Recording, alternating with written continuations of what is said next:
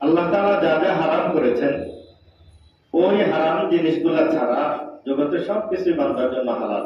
কিন্তু এরপরও দেখা যায় যে মানুষ হারাম কাজে লিপ্ত হয়। সহজে বোঝার জন্য বলি যে পৃথিবীতে হালাল বেশি না হারাম বেশি? হালাল জিনিস বেশি না হারাম বেশি? হালাল জিনিস বেশি।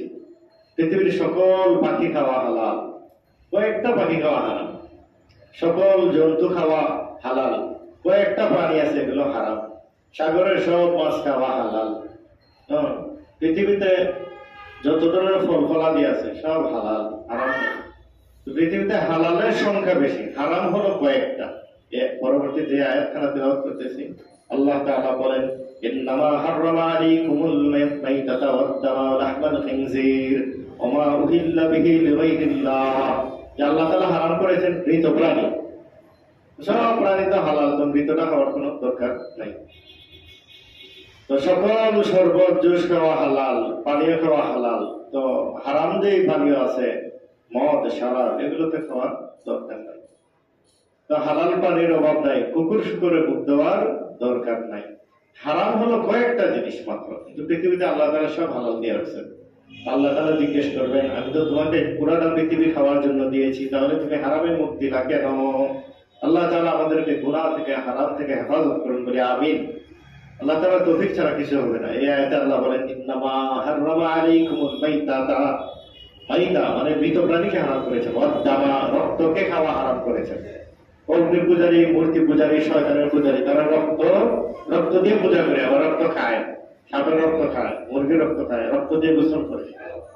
ইসলামে রক্তকে হারাম করে দেওয়া হয়েছে, রক্ত খাওয়া যাবে না। ওয়া লাহমাল খিনজির, খিনজির তো আমরা বুঝি শূকর। শূকরের গোশত, চামড়া, রক্ত, মাংস, চর্বি সবকিছু হারাম। যদি এরকম কোন কিছু প্রমাণ পাওয়া যায় যে শূকরের দ্বারা তৈরি, তাহলে ওই জিনিসগুলো হারাম। যদি প্রমাণ পাওয়া যায়। ওমা উহিল্লা বিহি লিগাইরিল্লাহ, এরপরে এই আয়াতের মধ্যে 4 নম্বরে বলা হয়েছে যে আল্লাহর নাম ছাড়া অন্য নামে যেগুলো জবে করা হয় এগুলো খাওয়া হারাম। আল্লাহর নাম ছাড়া অন্য নামে, যেমন দেবতার নামে জবা হইল, কোন মাজারের নামে জবা হইল, কোন অলির নামে জবে হইল, কোন দরবেশের নামে জবে হইল, আল্লাহ ছাড়া কোন কারো নামে জবে করা যাবে?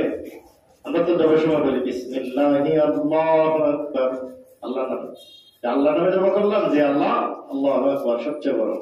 এখন যদি এরকম হয় যে অমুক অমুক পীরের নাম নিতে হবে, তাহলে জবা হবে না। আমার এরকম হয়েছে জীবনে ঘটনা। তো মাজারের গরু জবের জন্য আমাকে আমার ছাত্র মায়া করে মহব্বত করে নিয়েছে, হুজুর আমাদের গরুটা জব করে। আমিও গেলাম, যাওয়ার পরে আমার পোশাক আশাক দেখছে, দেখার পরে ওদের চয়েস হয়েছে না।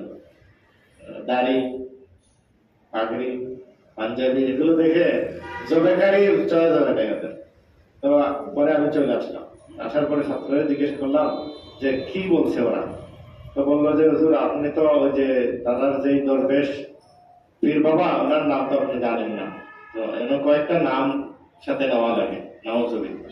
তো জবে করার সময় কয়েকজন পীর সাহেবের নাম লইয়া যদি জব করা লাগে, তাহলে এই গরু খাওয়া কি হারাম হবে? আল্লাহ বলেন ওমা উহিল্লা বিহি লিগাইরিল্লাহ, ওই সমস্ত পশু পাখি যেগুলো আল্লাহ ছাড়া অন্য কারো নামে জবে করা হলো সেগুলো খাওয়া সাফ হারাম। মুসলমানের মধ্যেই হচ্ছে এগুলো, মুসলমানের মধ্যেই হচ্ছে এগুলো যে বিভিন্ন ধরনের হায়ওয়ানাত জবাই করা হয় আল্লাহ ছাড়া অন্য নামে। আল্লাহ যদি কোনো মানুষের নামে জবাই করা যাইত, তাইলে পৃথিবীর সবচেয়ে সেরা মানব, মহামানব, কোরআনের অধিকারী সিং আমাদের নবীজি, দুই জাহানের সর্দার নবীজির নামে জবাই করা হয়েছে। সেটা হলো আপনাদের 7 নাম, মানে 7 জনের পক্ষ থেকে এর এক নাম থাকে আমাদের নবীজির, মানে হইল নবীর পক্ষ থেকে কুরবানি দেওয়ার। খান নামে আল্লাহর নামে কুরবানি তো আল্লাহর কাছে, আল্লাহর নামে, কিন্তু নবীর নামে দেওয়ার অর্থ হইল নবীর পক্ষ থেকে দেওয়া আল্লাহ। তো যদি এরকম কেউ আল্লাহ ছাড়া অন্য কারো নামে, হোক সে নবী হোক অলি, যদি অন্যের নামে জবে করা হয়, ওই প্রাণী খাওয়া হারাম।